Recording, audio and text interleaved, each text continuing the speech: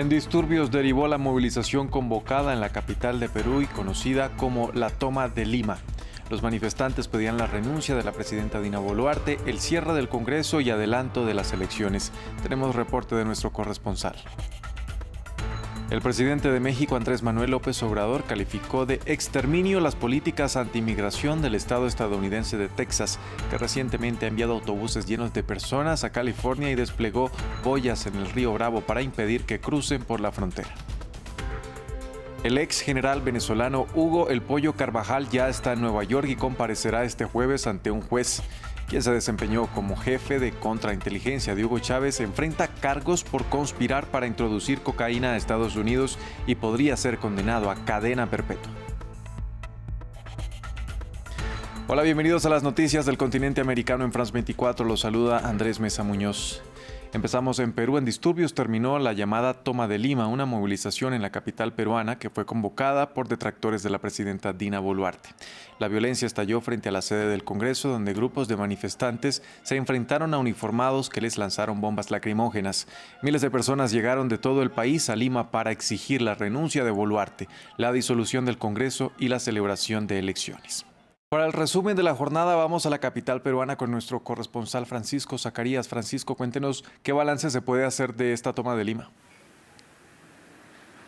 Le cuento que miles de peruanos marcharon por las calles de Lima para exigir la renuncia de la presidenta Dina Boluarte, el adelanto de elecciones, la convocatoria a una asamblea constituyente, la liberación del expresidente Pedro Castillo y sanción a los responsables de las muertes ocurridas durante las protestas de diciembre y enero pasado. Al final de esta jornada se registraron enfrentamientos entre los manifestantes y la policía. Las fuerzas del orden supieron controlar el descontento social porque solamente se produjo un mínimo número de heridos producto del impacto de piedras. Al interior del país también se realizaron jornadas de lucha y aunque se bloquearon algunas vías, estas fueron liberadas en horas de la tarde por la policía. Y si bien se registraron algunos actos de violencia, por lo general la protesta en todo el Perú ha sido pacífica. Se puede decir que el gobierno de la presidenta Dina Boluarte supo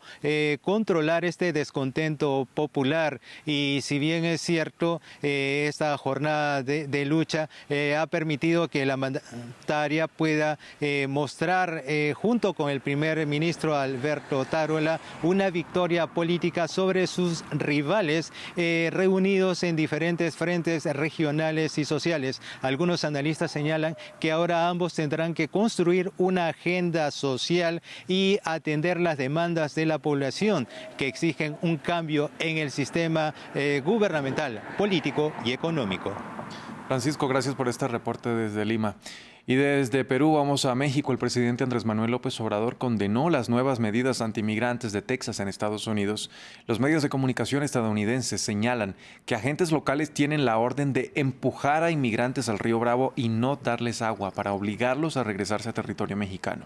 En algunos cruces fronterizos, las personas aguardan para poder solicitar asilo en medio de las olas de calor que azotan a la región. Además, recientemente fueron enviados al menos 4 autobuses llenos de migrantes a California y se desplegaron boyas en el río Bravo. Escuchemos al mandatario mexicano. Pues una barbaridad, es extremo, ¿no? Es inhumano, es de exterminio. No lo creo. Lo otro sí es posible, de que no se le dé agua a migrantes y que incluso se les persiga. Este jueves comparecerá por primera vez ante la justicia estadounidense el ex general venezolano Hugo El Pollo Carvajal. Un juez de Nueva York le leerá los cargos entre los que se encuentran delitos por conspirar para introducir cocaína en Estados Unidos. El jefe de contraespionaje venezolano durante la presidencia de Hugo Chávez llevaba más de 2 años en prisión preventiva en España debido al riesgo de fuga, ya que durante casi 2 años se desconocía su paradero. Ojalá que Estados Unidos,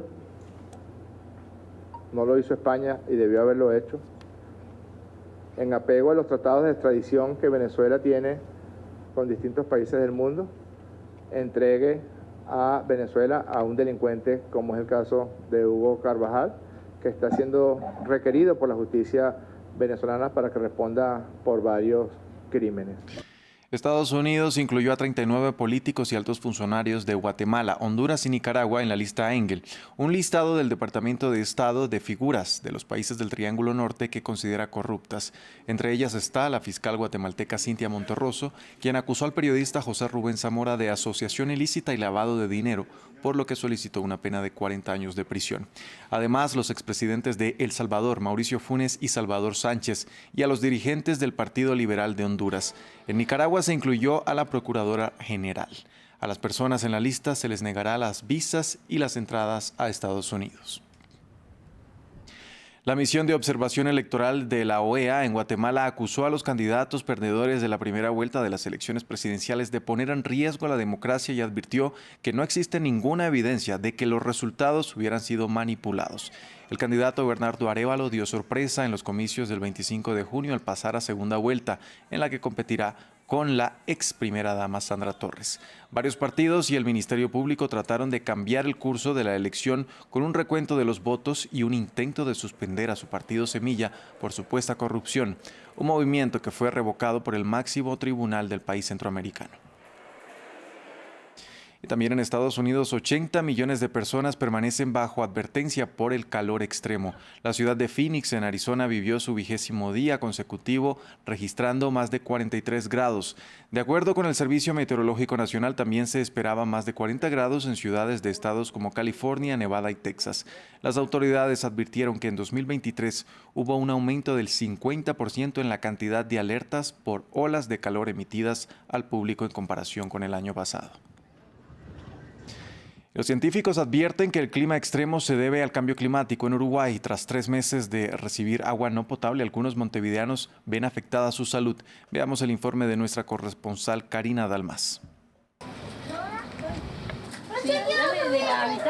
María Peña comenzó a comprar agua potable ante la escasez que vive Montevideo. Vamos, vení, agárrate acá. Hace una semana debió llamar de urgencia al doctor para que atendiera a su abuelo de 83 años con subida de presión.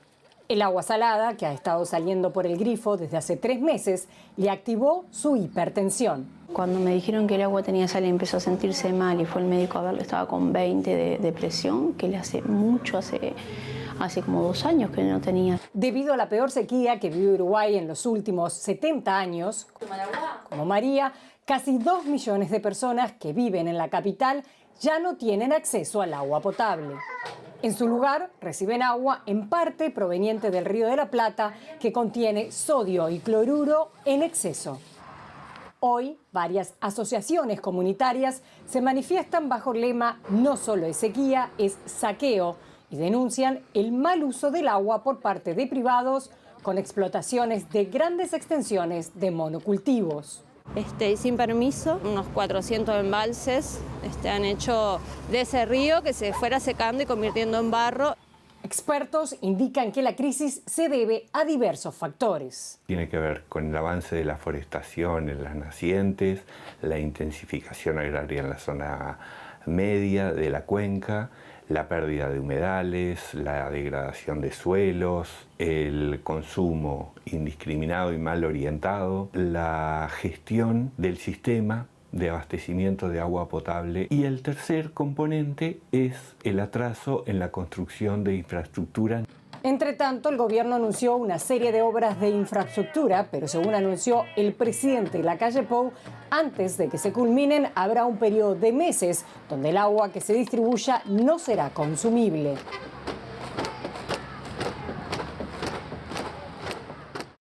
En Colombia renunció la ministra de Minas y Energías, Irene Vélez, luego de protagonizar una serie de escándalos.